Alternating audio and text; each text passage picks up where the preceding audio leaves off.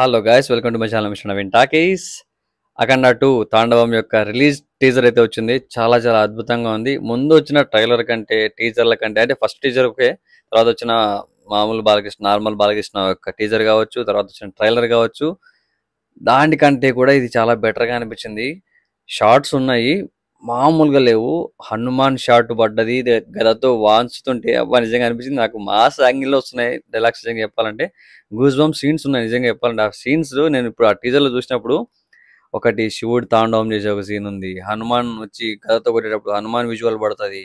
బా అది థియేటర్లో సౌండ్లో మనం చూస్తే ఇంకా ఎంత ఫీల్ ఉంటుంది, ఎంత కిక్కిస్తుంది అన్నది కూడా నిజంగా చెప్పలేకపోతున్నా.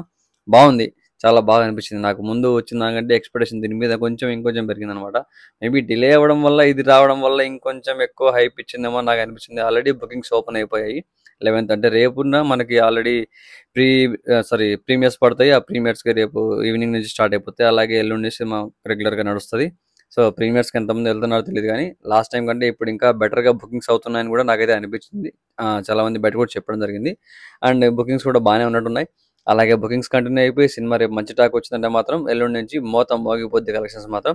దీనివల్ల కొంచెం వేరే సినిమాలు కొంచెం ఎఫెక్ట్ పడ్డది.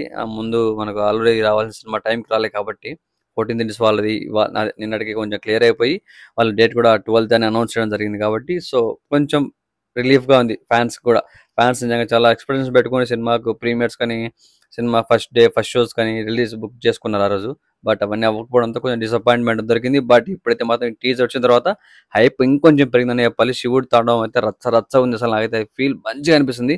ఇంకొక షాట్ ఉంది, ఇట్లా పట్టుకొని అగోర అది దిష్టి తీస్తాడు పాపకి. అబ్బా ఈ సీన్స్, ఈ థాట్స్, ఈ మాస్ యాక్షన్ సీక్వెన్స్ థాట్స్ అని బయోపాటి బాలకృష్ణ కాంబోలోనే సాధ్యం అనుకుంటాం. మరి ఇలాంటి కొత్త కొత్త క్రియేటివ్గా కొంచెం హైప్ అనిపించినా, ఓవర్ అనిపించినా కూడా బాగా వీళ్ళకే సెట్ అవుతాయరా అనిపించే విధంగా ఉంటాయి అనమాట. నాకైతే ఇదే అనిపించింది. చాలా చాలా బాగున్నాయి. సినిమా అయితే ఖచ్చితంగా వచ్చేస్తే వెళ్ళి చూసేయాలంతే. ఇంకా మీకేమనిపించింది టీజర్ చూసిన తర్వాత కింద కామెంట్లో చెప్పేసండి. ఇలాంటి మరిన్ని వీడియోస్ కోసం, మరిన్ని అప్డేట్స్ కోసం నా ఛానల్ సబ్స్క్రైబ్ చేసుకుని వీడియోస్ లైక్ చేయండి, షేర్ చేయండి, కామెంట్ కూడా చేసి stay tune. Love you all.